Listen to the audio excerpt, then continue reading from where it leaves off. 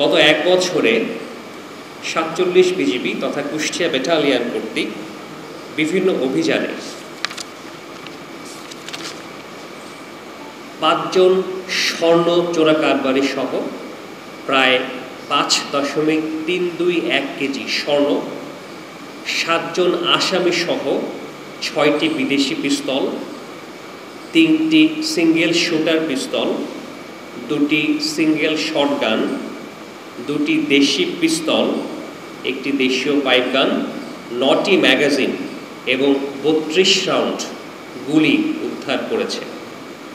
এছাড়াও সর্বমোট ৯৩ জন চোরা কারবারি সহ ৯,৩৭০ বোতল বিদেশি মদ, ৬৪ লিটার দেশীয় মদ, ১৫,৪৩৩ বোতল ফেন্সিডিল, ৪৯৫ কেজি গাঁজা, ৪৭,৭৬৪ পিস ইয়াবা ট্যাবলেট, ২৬.৪৩ কেজি হেরোইন, ১,৫০,৮৩৬ পিস যৌন উত্তেজক ট্যাবলেট, ৯৮ বোতল এলএসডি, ২১.৩২ কেজি কোকেন এবং ৪ কেজি ক্রিস্টাল মেথ আটক করতে সক্ষম হয়েছে।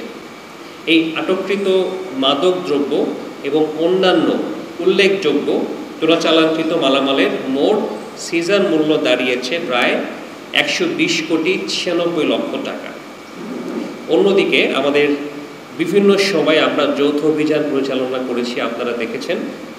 এরকম অভিযানে আমরা প্রায় ৩০০ পিস ইয়াবা, ১৭,৪৮০ প্যাকেট অবৈধ বিড়ি সিগারেট, ১৫৪৪ পিস বিভিন্ন প্রকার কসমেটিক্স সামগ্রী, ২৮৮০ কেজি ভারতীয় বেহুন্দি অর দোয়ারি জাল, ৩৮,১৪৪ কেজি চায়না জাল, ৩০,৯৭০ কেজি কারেন্ট জাল এবং ২টি অবৈধ জাল তৈরির মেশিন সহ বিপুল পরিমাণ সরঞ্জামাদি আটক করা হয়, যার বাজার মূল্য প্রায় ১০,৯৭ টাকা। আপনারা জানেন, সর্বশেষ ঈদুল আজহা উপলক্ষে সীমান্তের অঞ্চলে গরু এবং কোরবানির উপর পরবর্তী যে চামড়া পাচারের যে বিষয়টি ছিল, সেটাকে প্রতিরোধে আমরা অ্যাক্টিভভাবে আপনাদেরকে নিয়ে কাজ করেছি, যার প্রেক্ষিতে আমরা কোনো ধরনের এই কোরবানির পরবর্তী সময়ে চামড়া পাচারের ঘটনা আমাদের কুষ্টিয়া ব্যাটালিয়নের সীমান্ত দিয়ে ঘটেনি।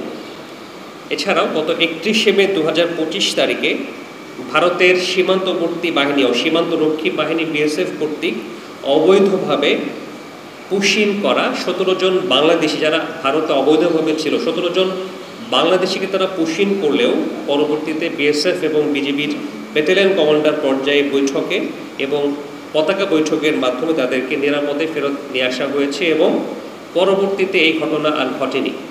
এখন পর্যন্ত আমরা পুশিনের কোনো ঘটনা ফেস করছি না এবং আমরা সেভাবে যোগাযোগ রেখে চলেছি।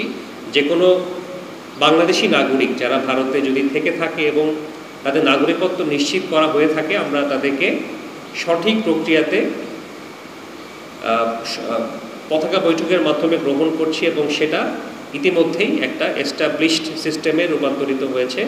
আমরা প্রতিপক্ষের সাথে সেভাবেই কাজ করছি। এখন পর্যন্ত আমাদের অঞ্চলে সেই সিচুয়েশন বজায় আছে।